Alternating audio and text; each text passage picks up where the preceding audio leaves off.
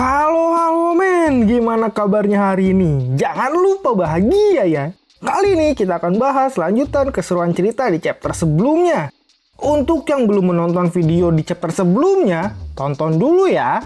Oh ya, terima kasih untuk kalian sudah menonton video di channel ini. Untuk membuat channel ini berkembang, jangan lupa like dan subscribe-nya ya kawan.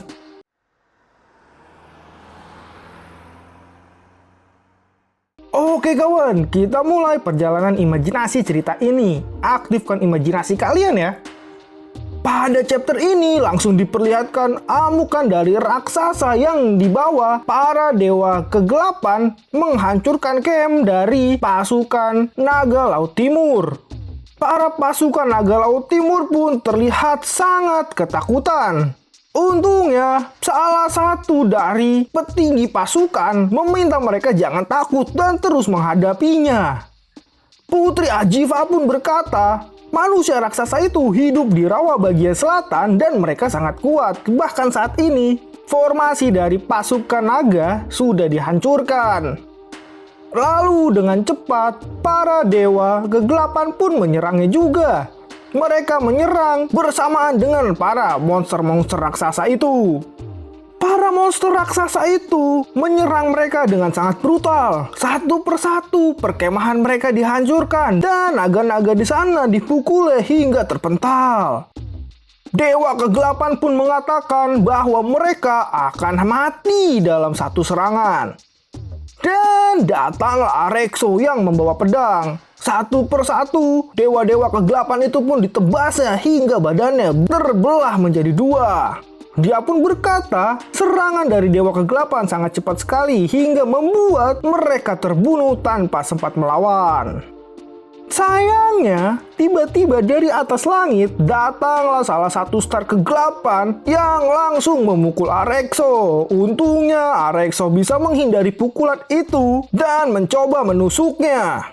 Sang star itu pun mengatakan jika dia berhasil mengalahkan Arexo, maka semua pasukannya akan tunduk padanya. Menurut Arexo, kalau para pasukannya tunduk pada dewa kegelapan itu tidaklah mungkin. Namun bagi star itu, hal itu tidaklah sulit.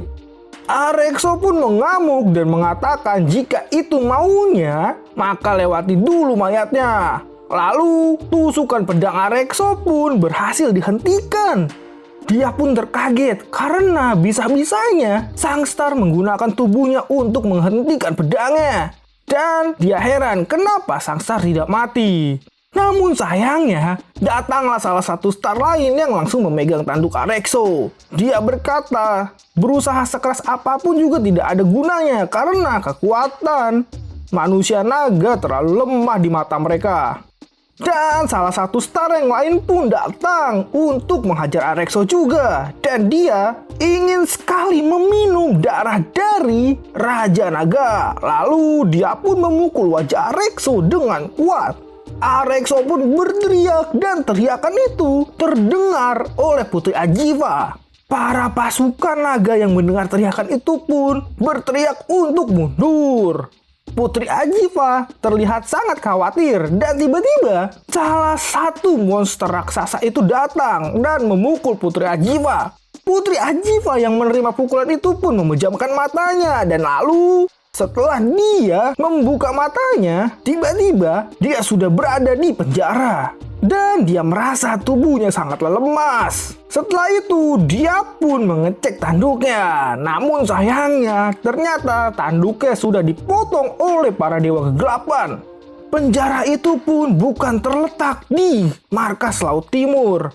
Dia pun melihat sekelilingnya dan banyak pasukan Naga Laut Timur yang juga tidak berdaya, serta tanduknya sudah dipotong. Putri Ajiva pun berkata kalau dewa kegelapan menyerang mereka di malam hari dan mereka kalah lalu ditahan. Kejamnya lagi, semua tahanan dipotong dulu tanduknya. Padahal tanduk adalah segalanya bagi manusia naga.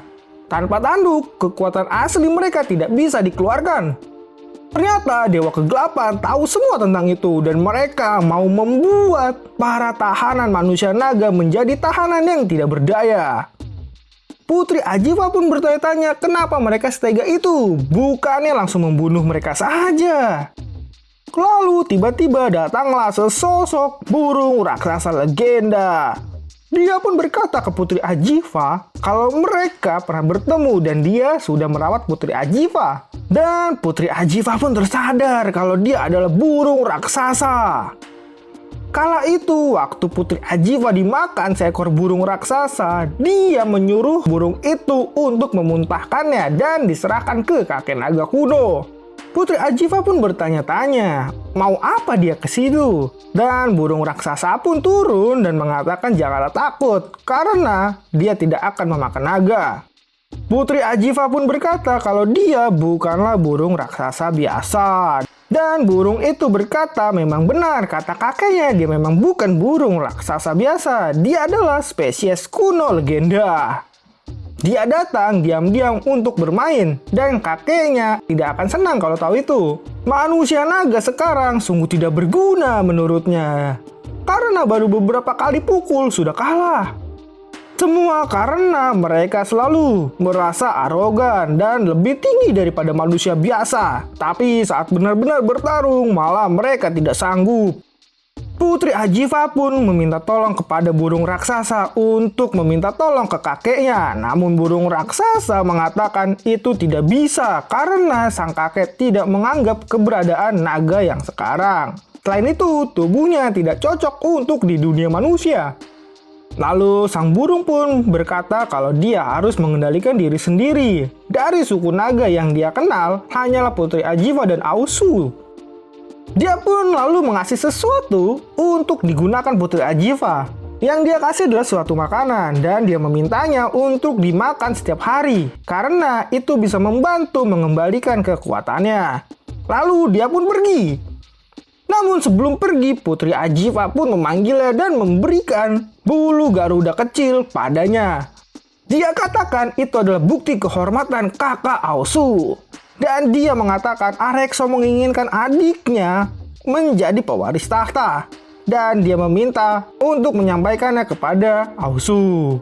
Lalu cerita pun dibawa ke saat ini, di mana Ausu menggenggam erat bulu itu. Di saat dia sedang merenung, tiba-tiba Tan Sanzang datang mengagetkannya dan bertanya apakah dia mau pulang. Karena kalau mau pulang jangan ragu-ragu menurut Tan Sanzang.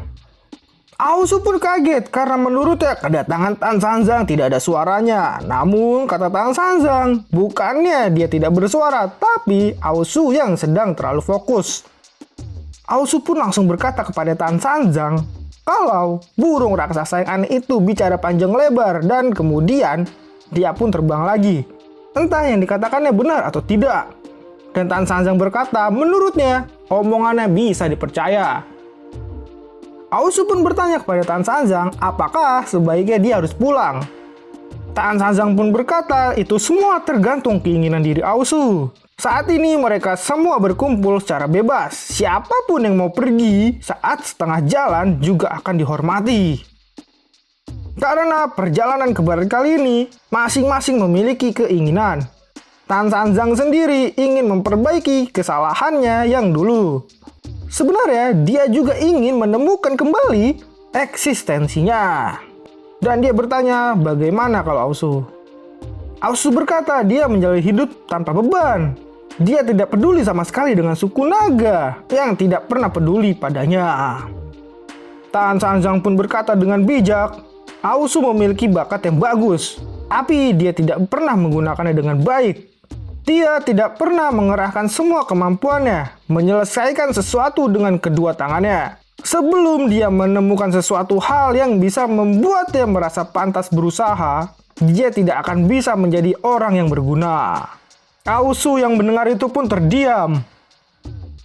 Dan tiba-tiba murid-murid Tan Sanzang sudah melakukan persiapan. Mereka pun menarik semua barang bawaannya dan siap untuk pergi. Xiaoyu pun bertanya-tanya di mana mereka yang terluka. Dan Yihu dan Wuqing pun muncul di hadapannya. Yihu berkata kalau ini sudah tidak masalah. Xiaoyu pun sangat senang melihat itu. Dan berkata kalau Yihu sangat kuat.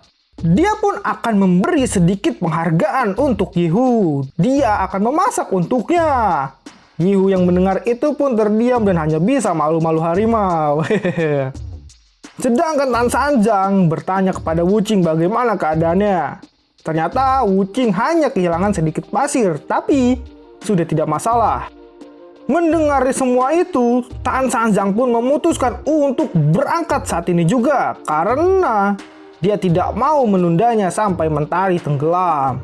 Para masyarakat kerajaan Tengkorak Putih yang melihatnya pun hanya bisa terdiam dan melihatnya dengan sorotan mata yang sinis. Tan Sanjang pun berkata, mereka tidak boleh melihat tatapan matanya dan teruslah berjalan saja. Lalu tiba-tiba muncullah Putri Tengkorak Putih tepat di belakang mereka. Tan Sanjang yang melihat itu pun meminta murid-muridnya berjalan duluan dan dia akan menyusul. Tan Sanjang pun mendekati sang putri dan sang putri berkata, Tan Sanjang sangat keterlaluan karena mau pergi tidak bilang-bilang dulu. Tan Sanjang membela dirinya karena dia kira sang putri sedang merawat tubuhnya. Tan Sanjang pun berpesan padanya kalau dia harus menjaga dirinya dengan baik karena kerajaan Tengkorak Putih mulai sekarang bergantung padanya. Sang putri pun menjawab, Tan Sanjang terlalu memandang tinggi dirinya. Kesedihan kerajaan Tengkorak Putih tidak bisa disembuhkan olehnya. Semenjak kepergian sang kaisar, mereka pun kebingungan dan itu sungguh aneh. Siluman di sana sekarang pikirannya sedang kosong dan dia memohon kepada Tan Sanjang untuk memakluminya. Tan Sanjang pun berkata kalau saat ini Putri Tengkorak Putih bisa melakukan apapun yang dia inginkan. Sang putri pun menjawab sebenarnya dia selalu ingin memakannya. Wah, ternyata itu hanya pikiran buruk Tan Sanjang yang berpikiran sang putri akan memakannya. Padahal sang putri hanyalah ingin berterima kasih atas dukungannya. Sang putri pun heran melihat Tan Sanjang yang mukanya berubah karena Tan Sanjang sedang memikirkan hal buruk. Lalu Tan Sanjang pun memberikan hadiah kepada sang putri yaitu manik tasbih yang bisa digunakan sang putri membaca kitab dan meditasi. Sang putri pun sangat senang menerima itu dan Tan Sanjang menjelaskan keadaan dunia sedang mengalami perubahan saat ini. Arwah kegelapan sedang berkuasa. Dan perubahan yang paling menakutkan adalah hati manusia. Dia bisa melihat, tapi dia tidak sanggup menghentikannya. Maka dari itu, dia meminta sang putri untuk selalu menjaga kebersihan hatinya. Lalu Tan Sanjang pun meninggalkannya. Sang putri bertanya untuk terakhir kalinya, apakah dia akan bertemu lagi? Lalu Tan Sanjang menjawab, kalau memang mereka berjodoh, mereka akan bertemu. Dan saat mereka bertemu, Tan Sanjang berharap Tuan Putri Tengkorak Putih masih sama yang dia kenal saat ini. Dan Tan Sanjang pun berjalan kembali dengan rombongannya. Lalu, Xiaoyu pun bertanya bagaimana keadaan Tuan Putri. Tan Sanjang pun menjelaskan kalau dia hanya mengucapkan perpisahan. Tapi kali ini, Tan Sanjang melihat cahaya lain di matanya. Cahaya itu sama seperti siluman lain di kerajaan Tengkorak Putih. Dia sangat menyayangkan. Dan Xiaoyu pun mengira itu adalah cahaya kegelapan. Tan Sanjang pun berkata, mereka memiliki tugas yang berat dan perjalanan yang panjang. Sebelum dunia ini hancur, mereka harus selesaikan tugasnya. Lalu setelah 3 bulan mereka berjalan, dan tibalah mereka di dunia bawah tanah. Namun sayangnya chapter ini berakhir. Hahaha. Gimana nih menurut kalian? Menarik gak sih ceritanya? Tulis di kolom komentar ya. Terima kasih juga untuk like dan subscribe-nya kawan. Dan sampai jumpa.